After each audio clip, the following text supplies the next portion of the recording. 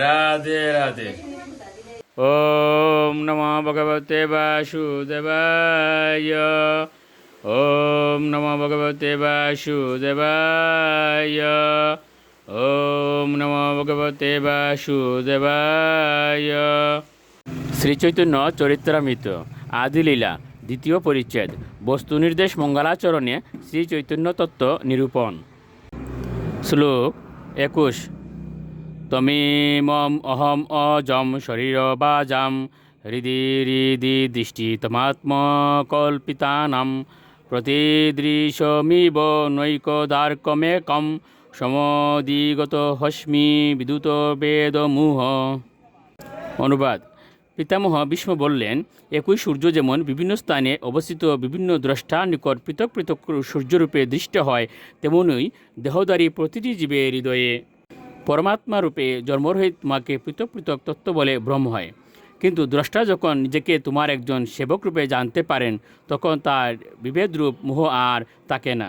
এভাবেই পরমাত্মাকে তোমার অংশ জেনে আমি এখন তোমার শাশ্বতরূপ উপলব্ধি করতে সক্ষম হলাম। শ্লোক 22।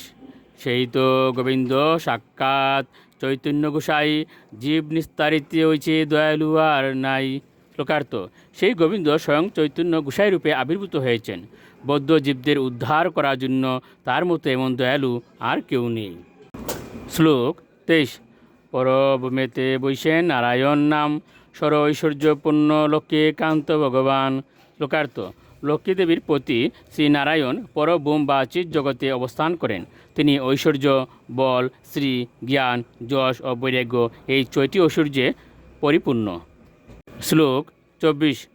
বেদ ভাগবত উপনিষদ আগম পূর্ণ তত্ত্ব যারে কহে নাহি যার সম। শ্লোকার্থ। পরমেশ্বর ভগবান হচ্ছেন তিনি যাকে সমস্ত বেদ, ভাগবত, উপনিষদ ও অন্যান্য শাস্ত্রে পূর্ণতত্ত্ব বলে বর্ণনা করা হয়েছে। তার সমান আর কেউ নেই। শ্লোক 25। ভক্তিযুগে ভক্ত পায় যাহার দর্শন, সূর্য যেন স্ববিগ্রহ দেখে দেবগণ। শ্লোকার্থ। স্বর্গের দেবতারা যেমন সূর্যদেবকে প্রত্যক্ষভাবে দর্শন করেন, ভক্তিযুগে ভগবত ভক্ত সেই রকমভাবে পরমেশ্বর ভগবানকে দর্শন করতে পারেন। শ্লোক 26। জ্ঞান যুগ মার্গে তারে বোঝে যেই সব, ব্রহ্ম আত্মারূপে তারে করে অনুভব। শ্লোকার্থ। জ্ঞান মার্গে অথবা যুগমার্গে যারা তার বোঝনা করে, তারা তাকে যথাক্রমে ব্রহ্মরূপে ও পরমাত্মারূপে উপলব্ধি করে। শ্লোক 27।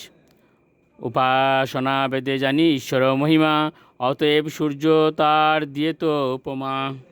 শ্লোকার্থ। এভাবে বিভিন্ন উপাসনার মাধ্যমে ভিন্ন ভিন্নভাবে ভগবানের মহিমা হৃদয়ঙ্গম করা হয়, তাই তার সঙ্গে সূর্যের উপমা দেওয়া হয়েছে। শ্লোক 28। সেই নারায়ণ কৃষ্ণের স্বরূপ অভেদ, একই বিগ্রহ কিন্তু আকার বিভেদ। শ্লোকার্থ। সেই নারায়ণ ও শ্রীকৃষ্ণ হচ্ছেন একই পরমেশ্বর ভগবান, যদিও তারা একই বিগ্রহ কিন্তু তাদের আকার ভিন্ন। শ্লোক 29। ইহু তো দ্বিভুজ তিহু ধরে চারি হাত, ইহু বেণু ধরে তিহু চক্রাদিক সাত। শ্লোকার্থ। পরমেশ্বর ভগবান শ্রীকৃষ্ণ দ্বিভুজ এবং তার সেই ভুজোদয়ে তিনি বংশী ধারণ করেন, আর তার নারায়ণ রূপে তিনি চতুর্ভুজ এবং সেই ভুজ চতুষ্টয়ে তিনি শঙ্খ, চক্র, গদা ও পদ্ম ধারণ করেন। শ্লোক 30। নারায়ণস্তম নহি সর্বদেহিনাম, আত্মা অসি অদিশ অকিল্লোক সাক্ষী, নারায়ণু অঙ্গম নরভুজলায় নাথ, তচ্চাপি সত্যম ন তবৈব মায়া। অনুবাদ। এ অধীশ্বর, তুমি অকিল লোকসাক্ষী, তুমি হচ্ছ সকলের প্রিয় আত্মা, তাই তুমি কি আমার পিতা নারায়ণ নও? নর গর্ভতকসাই বিষ্ণু, জাত জল হচ্ছে নার, তাতে যার অয়ন আশ্রয়স্থল তিনি নারায়ণ। তিনি তোমার অঙ্গ অর্থাৎ অংশ।